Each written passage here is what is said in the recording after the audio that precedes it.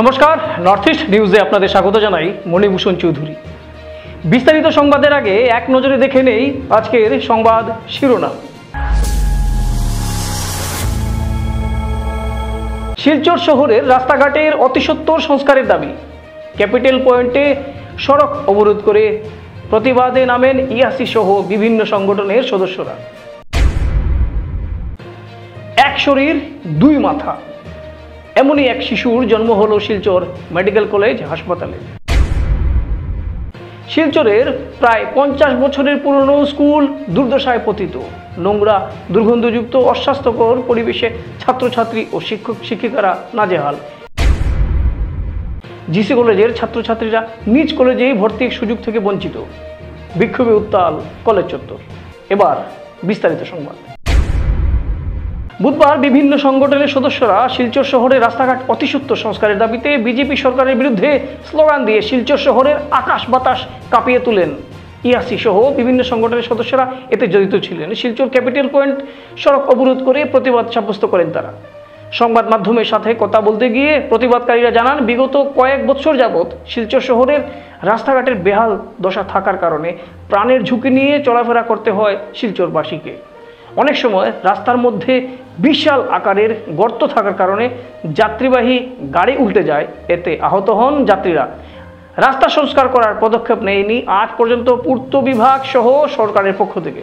সাধুরপুরকেস্ত অধ্যাপক অজয় রায় বলেন, এসি রুমে বসে বড় বড় কথা বলেন আধিকারিকেরা, কিন্তু কাজের বেলায় আর কিছুই নেই। তাই রাস্তার এই দুর্দশা। শহরের ক্যাপিটাল পয়েন্ট থেকে মেডিকেল পর্যন্ত রাস্তার জরাজীর্ণ অবস্থায় মেরামতের জন্য বিহিত পদক্ষেপ নেওয়া হয়নি আজ পর্যন্ত। সরকার ও প্রশাসনের পক্ষ থেকে ডিপার্টমেন্টও বসে আছে। এই রাস্তা নিয়ে প্রাণের ঝুঁকি নিয়ে দিন রাত চলাফেরা করতে হয়। প্রায় সময় জরুরি পরিষেবায় নেতা মন্ত্রীরা আসলেই শিলচরের রাস্তাঘাট ঠিক হয়, তারপর আর রাস্তাঘাটের কাজে হাত দেওয়া হয় না। সেটার কারণ জানতে চান সরকারের কাছে। সংবাদ মাধ্যমে প্রতিবাদকারীরা সরকার ও প্রশাসনের কাছে 72 ঘন্টার সময়সীমা বেঁধে দিলে 72 ঘন্টার মধ্যে যদি শিলচর শহরের বেহাল রাস্তা মেরামত না হয় তাহলে গণতান্ত্রিকভাবে বৃহত্তর গণ আন্দোলন গড়ে তুলবেন বলে সরকার ও প্রশাসনকে কড়া ভাষায় হুঁশিয়ারি দিয়েছেন তারা। নর্থ ইস্ট নিউজের বিশেষ প্রতিনিধি সুরজিৎ চক্রবর্তী ও ব্যুরো প্রধান শিবাস দাসের প্রতিবেদন।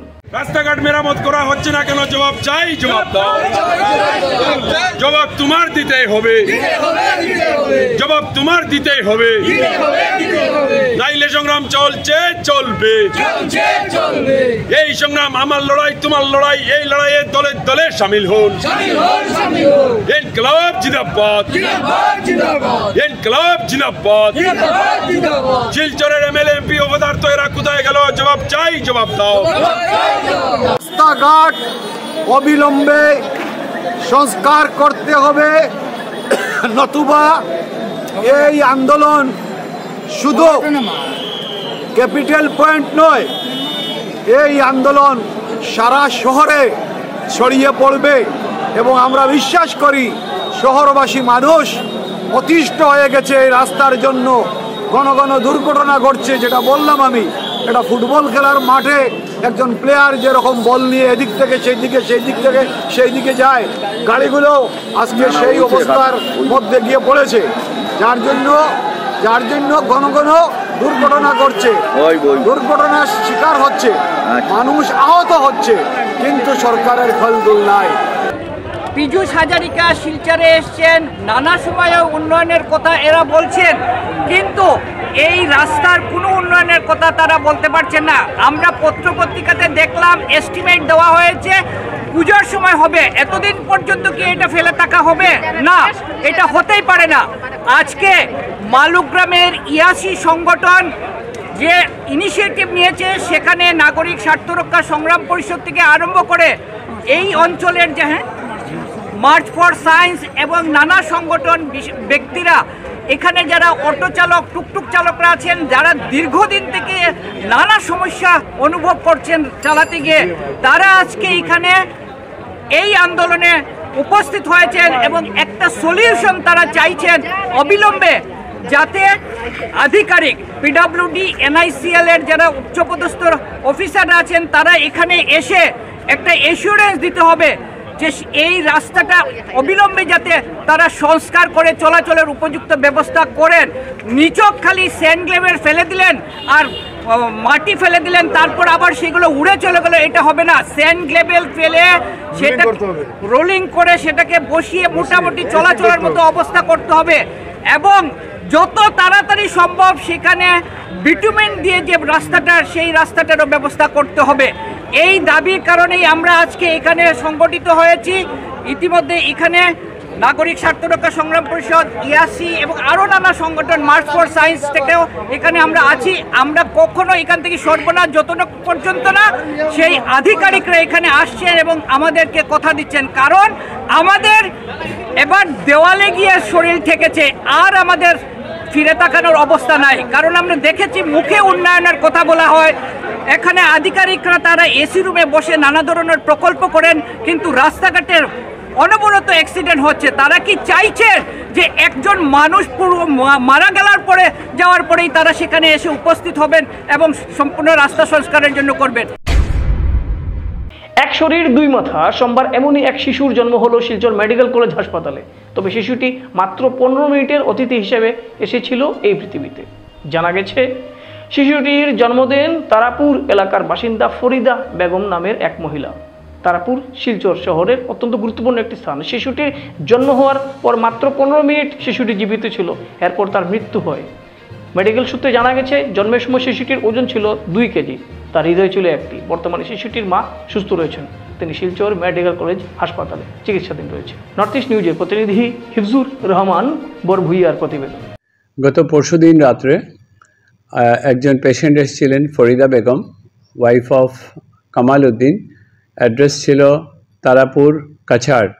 5th প্রেগনেন্সি ছিল ওনার। উনি ডিফিকাল্ট লেবার নিয়ে প্রেজেন্ট করেছিলেন আমাদের মাদার অ্যান্ড চাইল্ড হসপিটালে, অ্যান্ড ইমিডিয়েটলি সিজারিয়ান সেকশন করা হলো।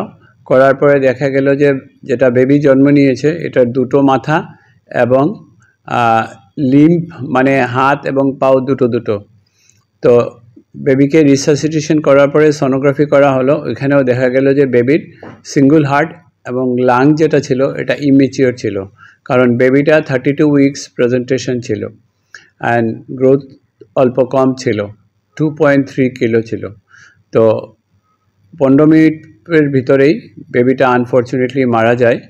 এটা খুব রেয়ার টাইপ অফ প্রেজেন্টেশন, এটা বলে ডাইকেফেলাস প্যারাফেগাস টাইপ অফ ফিটাস। সো আমার জানা মতে শিলচর মেডিকেল কলেজে এটাই ফার্স্ট টাইম এই টাইপের বেবি জন্ম নিয়েছে। প্রায় 50 বছরের পুরনো স্কুল দুর্দশায় পতিত। একটি অস্বাস্থ্যকর পরিবেশ সৃষ্টি হলো শিলচরের ঘনিয়ালা রোডের ইএনডি বাঁধের পাশে অবস্থিত পুলিন বিহারী নলিন বিহারী দেব প্রাথমিক বিদ্যালয়ে। এতে পুরনো একটা স্কুল কিভাবে, কেন এরকম পরিবেশ সৃষ্টি হলো সেটাই ভাবার বিষয়। স্কুলের সামনে রয়েছে একটি শনি মন্দির, তারপরে রয়েছে স্তূপাকৃত নোংরা আবর্জনা, যেটা দেখে মনে হতে পারে সেটা একটি ডাম্পিং গ্রাউন্ড। নোংরা দুর্গন্ধযুক্ত পরিবেশের সৃষ্টি হয় ছাত্রছাত্রী ও শিক্ষক শিক্ষিকাদের স্বাস্থ্যের ঝুঁকির সৃষ্টি হয়েছে।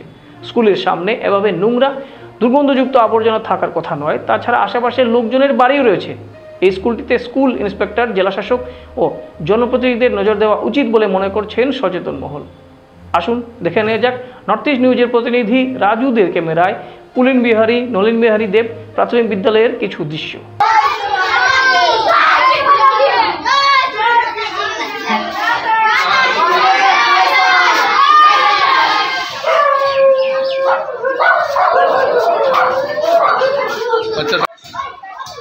পুলিন বিহারী নলিনী বিহারী যেটা স্কুল, যেটা ঘনিয়ালা রোডের, যেটা মালগ্রাম ঘনিয়ালা রোডে যেটা রোড ইএনডি বাঁধের পাশেই স্কুলটা রয়েছে।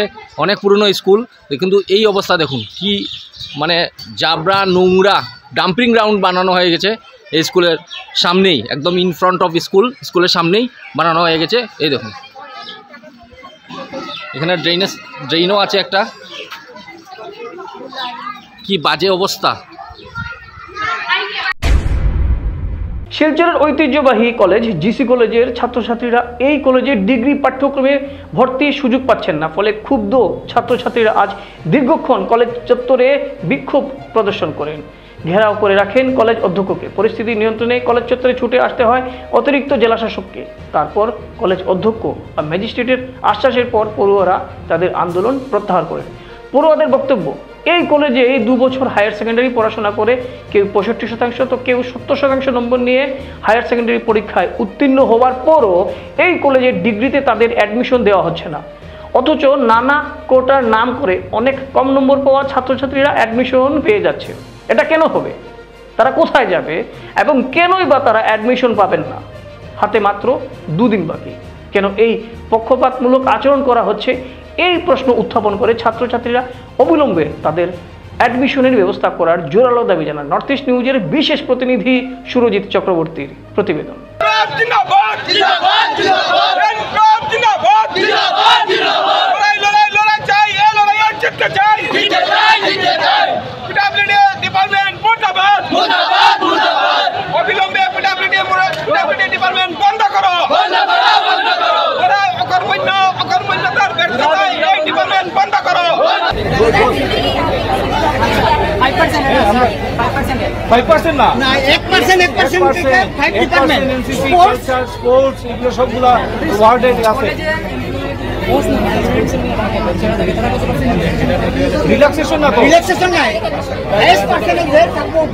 যদি 10 জন থাকে 5টা ফুটার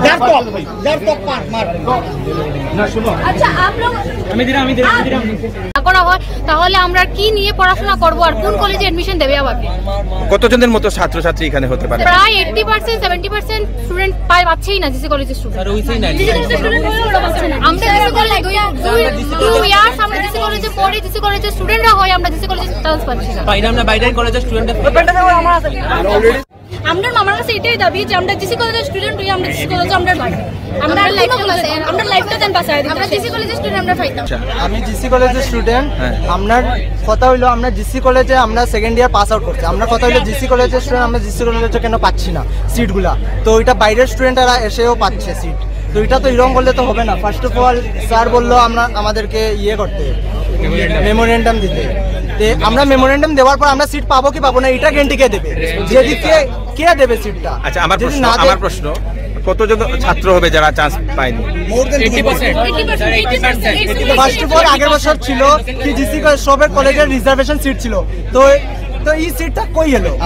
এখন বলছে আমরা যদি এখন মেমোরেন্ডাম দেইও 2 দিনের ভিতরে তো মেমোরেন্ডাম আমরা ফেরত দিত না যে তোমরা এনকোয়ারি হয়ে গেছে, তোমরা সিলেকশন এর ভিতরে সিট পুরো লাস্টের দিকে এটা বলা হবে কি সিট নেই, সিট পুরো গেছে আর এডমিশন হবে না।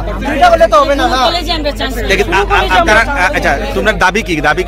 আমরা জিসি কলেজেই থাকতে হবে। আচ্ছা, আমরা এই কলেজে আমরা অ্যাডমিশন হইতাম। আমরা এখানে 4th সেকেন্ড ইয়ার এখন বিও আমরা এখানে পড়তাম। এটাই তোমার দাবি? ফেয়ার প্লেতে সব কিছু হইতো। যদি পার্সেন্টেজ ওয়াইজ হতো সবটা পার্সেন্টেজ ওয়াইজ হইতো। এটা তো না যে প্রাইভেটরা দিলেই তো কম পার্সেন্টেজে হেরারে দিলেই তো আর আমরা দিত না। এটা তো হইতো তো সবের পার্সেন্টেজ ওয়াইজ হইতো। এরা পার্সেন্টেজ ওয়াইজ এটা হইছে না। ম্যাক্সিমাম এখানে হইতেছে যে 39% যারা হেরাও পাইলিছে, আমরা পাইছি না। আমার নিজের 64% আমি পাইছি না। এর 65 তুমি অ্যাডমিশন পাইছো না? এর 65 এর 65 পাইছি না। তুমিও পাইছো না? আমরা জানি কোটা আছে, স্টাফ কোটা আছে। তো স্টাফ যে এখানে থাকে তো স্টাফ কোটা এরাই রাখবে। আমরা কি দেখব? এরা যে কম পায় আমরা বেশি পাইছি, আমরা কেন এডমিশনটা হবে না? এদিন আগে যে জিএস আমরা যে কলেজের স্টুডেন্ট আছে তারারে দেওয়া হইছে, তারারে তোয়া এমনি রিজার্ভেশনে কলেজের স্টাফের মেয়েরা দেওয়া হইছে 61%। আমরা 70% হই আমরা পাইছি না। 70% হই আমরা পাইছি না। তারা 61 এ কেমনে পাইছে? স্টুডেন্টরা রিজার্ভেশন লাগে, আমরা স্টুডেন্টরা রিজার্ভেশন দেওয়া এটা নাম পাইছি না। আমার লগের একটা মেয়ে 61% যেতে পাইলিছে, অথচ আমি 68 হয়ে পাইলাম। কেন পাইতাম না? আমরা কেটে কি তো তারা দেখো কোন স্ট্রিমে? ইকোনমিক্স, আর্টস এর ইকোনমিক্স স্ট্রিম। সায়েন্সের 39 ও পাইছি। 39 এ তারা ফেলে আমরা কি স্যার এটা আমরা জানি যে 39 ও পাইলিছে, কিন্তু আমরা এর থেকে ভালো পার্সেন্টেজ দেওয়া হয় না। বাইরের মানুষরা বেশি পাইছে, কলেজের স্টুডেন্টরা কত পাইছে না, তো বাইরের মানুষরা পাইছে। ওইটা স্যার এটা দাবি যে স্যার সবে এডমিশন পাইতো স্যার কলেজের স্টুডেন্টে কলেজে। স্যার আমরা একটা দাবি যে কলেজের সব স্টুডেন্ট আমরা কলেজে থাকতাম, তারপরে বাইরের স্টুডেন্ট দাও, এখানে কোনো অসুবিধা নাই। সোনাইয়ের নকদির গ্রামে স্কুটি দুর্ঘটনায় গুরুতর আহত 2 যুবক। মঙ্গলবার সন্ধ্যা 5:30টার দিকে কাবুগঞ্জ থেকে নকদি গ্রাম 4th খণ্ডে তাদের বাড়িতে যাওয়ার পথে দুর্ঘটনাটি সংঘটিত হয়। জানা গিয়েছে বাড়ির প্রায় নিকটে আরেকটি গাড়ি পাশ দিয়ে একটি স্পিড ব্রেকারে পার হতে দ্রুত গতিতে স্কুটি নিয়ে নিয়ন্ত্রণ হারিয়ে ছিটকে পড়েন 2 জন। এতে গুরুতর আহত হয়েছেন 2 জনই। পরে সংকটজনক অবস্থায় কাবুগঞ্জ কচুদরম সড়কের পাশ থেকে উদ্ধার করেন স্থানীয়রা তাদের।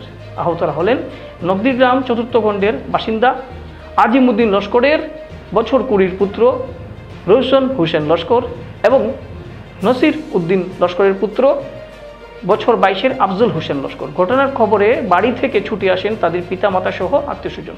খবর দেওয়া হয় 108 অ্যাম্বুলেন্সে, কিন্তু অ্যাম্বুলেন্স বিকল হয়ে যাওয়ার কারণে সংকটজনক পরিস্থিতির সৃষ্টি হয়।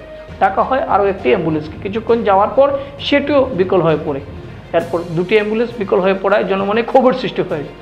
প্রায় 3 ঘন্টায় শিলচর মেডিকেল কলেজ হাসপাতালে সংকটজনক অবস্থায় পৌঁছানো হয় আহতদের। নর্থ ইস্ট নিউজের বিশেষ প্রতিনিধি সুরজিৎ চক্রবর্তীর প্রতিবেদন।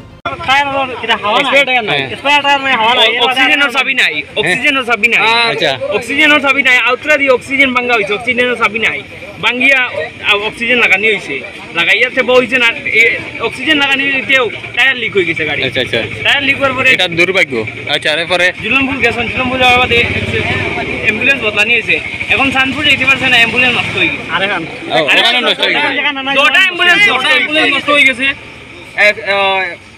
অক্সিজেন কিছু নাই, মানে এটা সরকারি গাড়ি করতে মানে নামে গাড়ি আর এখন ওই অ্যাম্বুলেন্সটা জায়গাতে আসেনি জানেনি, বর্তমানে জানপুর আছে, গেলে কোনো দেখিলি এটা জানপুর না, না জানপুর একটা জানপুর নষ্ট হয়ে গেছে আর একটা জুলনপুর আছে টায়ার লিক। অনুমানিক 5টা 5:30 ইলা হইব। আচ্ছা, তখন আমরা অ্যাক্সিডেন্ট হওয়ার পরে লইয়া আইছি বাড়িত, লইয়া হওয়ার পরে অ্যাম্বুলেন্স এটা ফোন করছি। বাড়িতে লইয়া গেছেন কি? বাড়িত কইতে এখানে একটা ফার্মেসি আছে, আচ্ছা ফার্মেসি, নিজস্ব ফার্মেসি আছে, এখানে আনছি। এখানে আনার পরে তো ডাক্তার যে আসলো, হে মসজিদে নামাজ পড়ে থাকলো, তখন ইনো কিচ্ছু হইল না। তখন অ্যাম্বুলেন্স আনিয়া ফোন করিয়া আনছি, অ্যাম্বুলেন্সে উঠাইয়া লইয়া গেছি। 1 কিলোমিটার জায়গা যাওয়া গেছে না, এখানে ফার্মসার, মানে অ্যাম্বুলেন্স ছাড়ার সঙ্গে সঙ্গে আমরা দেখছি পিছর থাকা ফার্মসার। এরপরে আমরা প্রাইভেট গাড়ি এগুলো লইয়া আইছি। প্রাইভেট গাড়ি লইয়া আইলে প্রাইভেট গাড়ির তারারে উঠাইল যান না, অক্সিজেন লাগাইতে লাগে। অক্সিজেনের কারণে মানে তারারে প্রাইভেট গাড়ি উঠাইল যান না। তো ও ড্রাইভারে আবার অ্যাম্বুলেন্স আর একটা ফোন করিয়া আনছো।